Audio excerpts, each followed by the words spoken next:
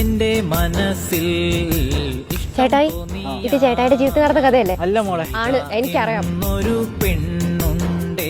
ഈ പാട്ടും അതേപോലെ നമ്മുടെ ചേട്ടായി കോഫിയും ഇന്റർനെറ്റിൽ ഭയങ്കര സെൻസേഷൻ ആയിട്ട് നിൽക്കുവാണ്. ഏട്ടായി കോഫി സന്തോഷ് പണ്ഡിത്തിന് ഒരു എതിരാളിയാണ് എന്നൊക്കെ പറഞ്ഞിട്ട് ആശാനെ തന്നെ തോൽപ്പിക്കാനുള്ള ഒരു ഭാഗ്യം എനിക്ക് കിട്ടി. ഭയങ്കര ഇൻസ്പിറേഷൻ ആണ്. തീർച്ചയായിട്ടും. മണ്ണപ്പം ചുട്ടുകളിക്കണ പ്രായത്തിൽ ഇഷ്ടം തോന്നി. ചേട്ടായിക്ക് ഇതിനേക്കാളും നല്ല പെണ്ണിനെ കിട്ടുമോ? കിട്ടത്തില്ല കിട്ടത്തില്ല.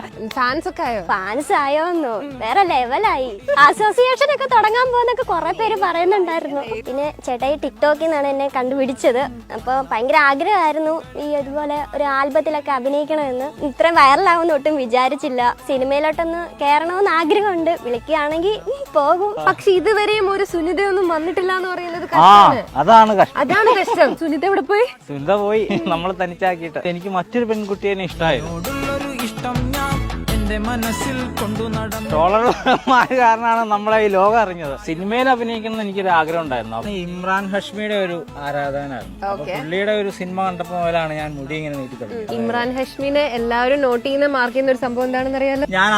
ഞാൻ മുടി കണ്ടുകൊണ്ട് ഇഷ്ടപ്പെട്ടതാ. പിന്നെ ഈ ലുക്ക് കാണുമ്പോഴും ആൾക്കാർക്ക് ഒരു പേടി തോന്നൂല നമ്മളെ കാണട്ടെ. ഇപ്പൊ ആര് റോഡിൽ കണ്ടാലും ചേട്ടായി വിളിയായിരിക്കും വിളിക്കുക.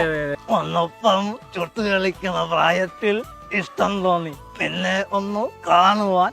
ലേഡി സിംഗ്ല ജെൻ സിംഗ്ല ഇങ്കപ്പ കറുപ്പ കറുപ്പ് എന്ന വാർത്ത കേട്ടാലേ തമിഴ്നാടെ കുന്തളിക്കും. റാം കറുപ്പ്, ലക്ഷ്മണ കറുപ്പ്, അമ്പഹുമ്പി അമ്പഹമ്പി. മുതലാളി ഞാനൊരു പാവം കള്ളൂടിയനാണ് കേട്ടോ. എന്റെ മനസ്സിൽ ഇഷ്ടം തോന്നിയ പാർവതി എന്നൊരു പെണ്ണുണ്ടേ എനിക്ക്. പാർവതി എന്നൊരു പെണ്ണുണ്ടേ.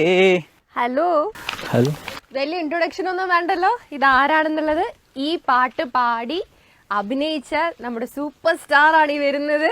ഹലോ നമസ്കാരം. അല്ല, പാർവതി എന്നൊരു പെണ്ണുണ്ടെന്ന് പറഞ്ഞിട്ടോ. സുനിത എവിടെ പോയി? സുനിത പോയി, അതിനുശേഷമാണല്ലോ പാർവതിയിലേക്ക് വന്നത്. അതെ, സുനിത എവിടെ പോയി?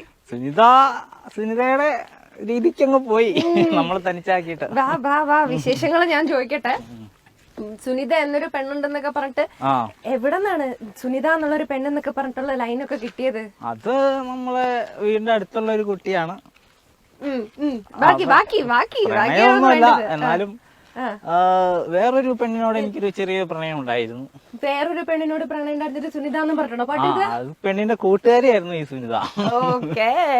അപ്പൊ ആ സുനിതയിലേക്ക്, അപ്പൊ ആ പെൺകുട്ടിയിലേക്കുള്ള ഒരു വഴിയായിരുന്നു സുനിത. അത് തന്നെ. ഇപ്പൊ ആ പാട്ട് ഭയങ്കര സൂപ്പർ ഹിറ്റ് ആയി പോയിക്കൊണ്ടിരിക്കുന്നു. എന്തെങ്കിലും ബ്രേക്കപ്പോ കാര്യങ്ങളൊക്കെ ഉണ്ടായിട്ടുണ്ടോ? അങ്ങനെയൊന്നും ഉണ്ടായിട്ടില്ല.